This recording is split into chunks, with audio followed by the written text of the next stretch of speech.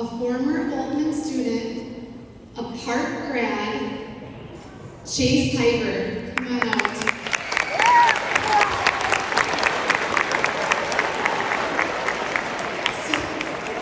Chase was lucky enough to be chosen to be the student speaker at Park's graduation last year. I was lucky enough to actually be in attendance, and I witnessed him speak to all of his peers. And when we thought about optimism, Chase is somebody who came to mind right away. So again, please welcome Chase Hiber.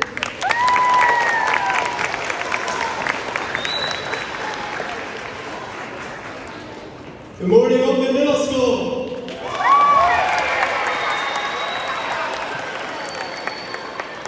Gosh, it is an honor to be coming back to this school.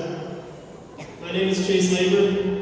As you just said, the most important thing you need to know about me is I don't write speeches.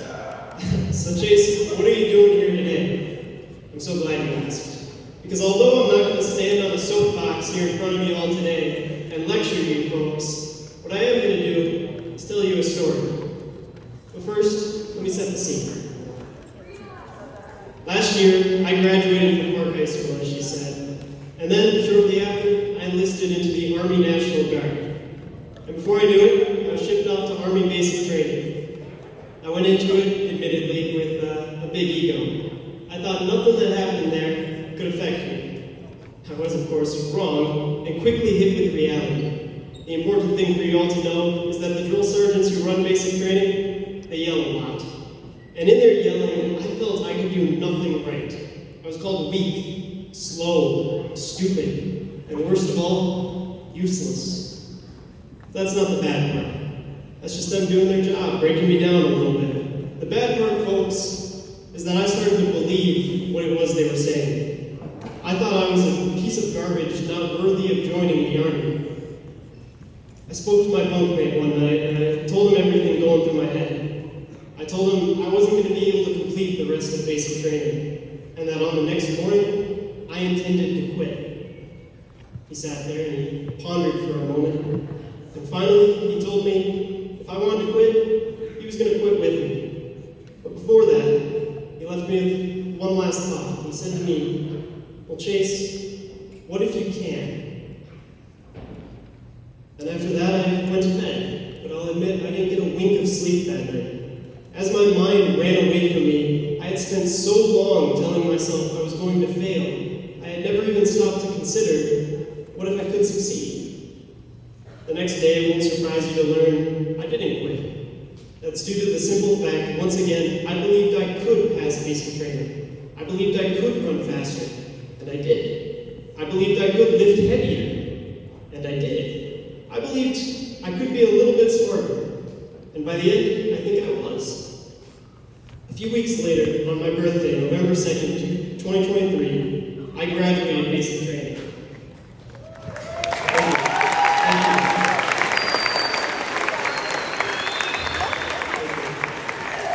A few months later, I graduated advanced individual training and became an Army helicopter mechanic. And that about brings me to where I am today, standing in front of all of you, talking about the thing that carried me through that pivotal moment at basic training, a little thing called optimism. See, in our lives, we have two choices, optimism and pessimism, belief we can and belief we can't. And if nobody else has told you, you have everything to gain from optimism and nothing to lose. Life will throw challenges at you. A unit in school you don't understand, tryouts for a big team, auditions for a big show, and an infinite number of other things. But what matters when facing those challenges is the mindset that you adopt. If you believe you will fail, that's probably it. You probably will fail. But if you challenge yourself to believe you will succeed, your brain will work in overdrive to give you the resources, the questions, and the game plan necessary to succeed.